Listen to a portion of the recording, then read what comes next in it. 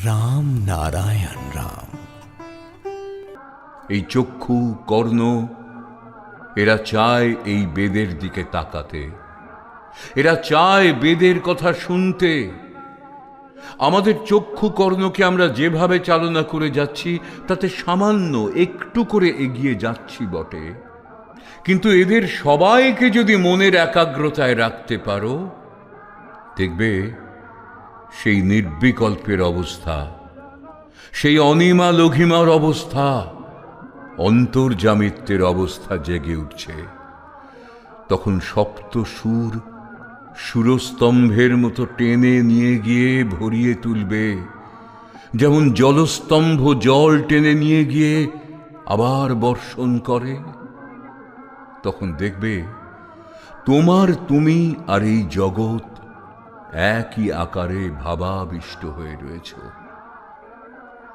আমরা গ্রন্থতে তন্ন তন্ন করে খুঁজে বেড়াচ্ছি, কোথায় কোথায় করে মরছি।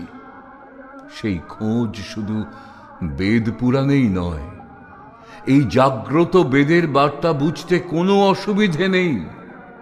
এই বেদেরই সংসার নিয়ে সংসারে চলছি, এটাই জাগ্রত বার্তা।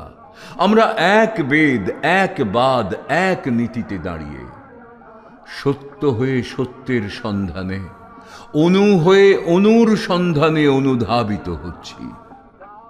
আমরা মহান হয়ে মহিয়ান হয়ে এগিয়ে যাচ্ছি সেই মহাশূন্যের দিকে, সেই পূর্ণ শক্তির, পূর্ণ ব্রহ্মের পূর্ণতার দিকে, পূর্ণ বেগে অপূর্ণকে পূর্ণ করবার জন্যে। পূর্ণ গতি হয়ে এগিয়ে যাচ্ছি গতির দিকে।